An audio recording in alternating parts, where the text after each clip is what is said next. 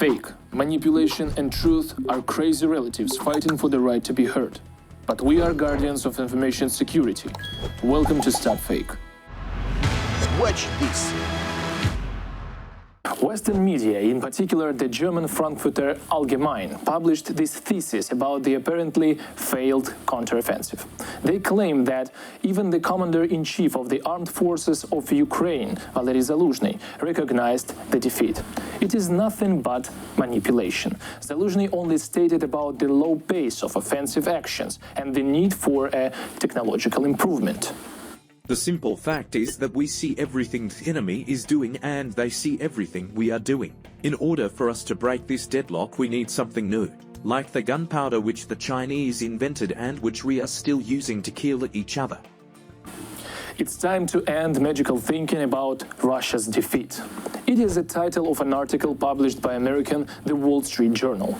The authors claim that there are no signs on the front line that Russia is losing, and Putin, they say, is holding on to power. The article also says that international attention is focused on the escalations in the Middle East, and support for Ukraine in the United States is allegedly decreasing. Where did the roots of such a lie come from? Well, it's obvious. It sprouts from the same place. Russian officials claim that the Ukrainians have no incentive to defend their territories, and there is almost no military equipment left. The amount of military equipment is decreasing. People are less and less motivated. You don't have to notice that one comrade or another has died. And when everyone is dead and you are left alone, elementary fear begins to overcome. The Ukrainian army has no desire to go on a counter-offensive. One can read thousands of articles, but when it comes to the battlefield, only experts should be trusted. The Institute for the Study of War, on the contrary, reports on the successes of the defense forces of Ukraine on the left bank of the Kherson region. They emphasized that Western weapons play a significant role in the advancement of Ukrainian forces. The end of Western support to Ukraine would strip Ukraine of these and other capabilities. The result would not be a continuation of the current positional warfare, but rather the opening up of opportunities for the Russians to renew large-scale mechanized offensives with good prospects for success. The strengthening of Western support for Ukraine scares the Russians. For example, according to British intelligence, they are quite concerned about the supply of Western fighter jets. Russia has likely expedited integrating mainstay and SA-21 partially because it is concerned about the prospect of Ukraine deploying Western-provided combat aircraft. US President Joe Biden has repeatedly stated that the United States of America will support Ukraine as long as necessary. He convinces that Washington is able to help both Ukraine and Israel at the same time and provide its own defense. We're the United States of America, for God's sake, the most powerful nation in the history, not in the world, in the history of the world. The history of the world. We can take care of both of these and still maintain our overall international defense. 1-0 in favor of Ukraine in this anti-fake battle. Watch this. The Iranian publication Rizalat claims the president of Ukraine finds himself more and more trapped in the war with Russia. In the meantime, the vast arms and financial aid of the West to Kyiv has not been able to prevent the solution of the mystery of the battle in the eastern parts of Ukraine. And as a conclusion, the publication suggests that Kyiv will not only fail to become a member of the European Union, but also won't have the slightest chance of joining the North Atlantic Treaty Organization. In Iran, the prevailing view is that most Western media outlets agree that the accession of a war-torn country with over 40 million people will incur huge cost for the European Union. Iran supplies Russia with drones and the rest of the world with the fake articles. Articles may say anything, but in reality, the facts tell a different story. I want to tell you how impressed we are by the reforms you've made in the midst of a war. I know that you are in the process of completing outstanding reforms. If this happens, and I'm confident, Ukraine can reach its ambitious goal of moving to the next stage in the accession process. And the European Union isn't merely prepared to eventually welcome Ukraine into its fold. Officials state that they are committed to doing everything possible from their end to expedite the accession process for Ukraine. We know the sacrifice that your people have endured for Europe, and we must honor it not only with words, but with action, with the political will to ensure easier trade and with the fastest possible accession process, with funds for your people, with help in reconstruction, with training for your troops. The words of these women are clearly believed more than the Iranian article. Watch this. Freeze Ukraine until it wants to sign a peace treaty.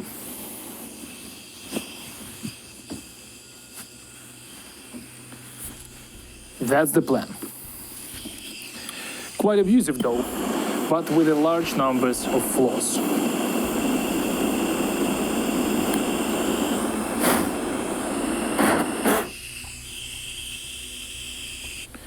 New York Times reported, citing Ukrainian experts and current former officials, that Ukraine's energy system is even more fragile than it was a year ago. In an interview, they revealed ongoing issues with power stations due to previous Russian attacks, incomplete repairs at substations, and a lack of critical equipment, like transformers. However, there is no official information available to journalists from Times about the current state of affairs in the energy sector. They note that the Ukrainian authorities have declined to provide detailed data on the current condition of the power grid, citing it as confidential information during wartime.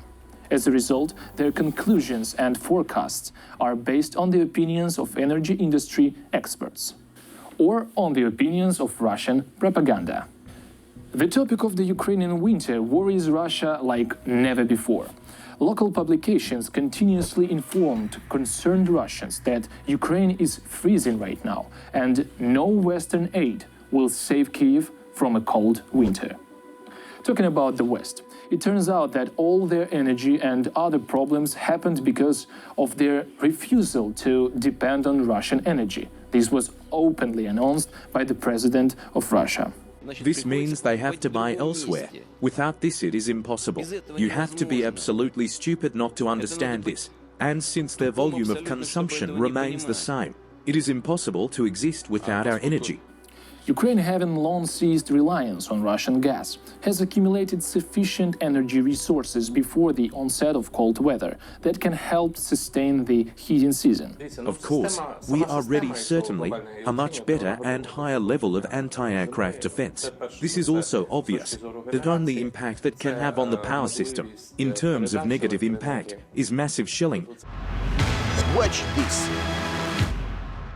And now I propose to talk about animals. The focus is on Spanish pigs. The Austrian publication Express published an article about Ukrainian wheat, which instead of feeding people in Africa, ended up with pigs in Spain. The author claims that Spain paid Ukraine more, hence the grain was sent there. The thesis that whoever pays more gets it was widely circulated by Russian media. Propagandists quoted the words of Russian Deputy Foreign Minister Sergei Vershinin regarding the West allegedly buying cheap grain and selling it at a higher price to countries in need. Such headlines are examples of Kremlin manipulations. In February 2023, when the Express material about grain sales for pigs was released, Ukraine actually dispatched around 35 vessels of agricultural products, including wheat, to countries in Africa, Asia, and Europe. Yes, Spain is indeed one of the largest importers, but this fact doesn't hinder Africa from regularly receiving Ukrainian grain. African countries actually attribute their grain shortage problems to Russia. That's why leaders of African nations are urging Russia to unblock the grain corridor through the Black Sea so that Ukraine can freely supply wheat to countries in need. Africa is also feeling the negative impact of this war. Our grain prices have grown up and there is shortage. Fertilizer prices have also grown up. So even if we are thousands of kilometers away as African countries, we are feeling the impact of this war. Despite obstacles, Ukraine plans to continue fulfilling global commitments to food security by delivering grain to Africa at prices affordable for its countries. This is despite Russia deliberately disrupting the grain deal.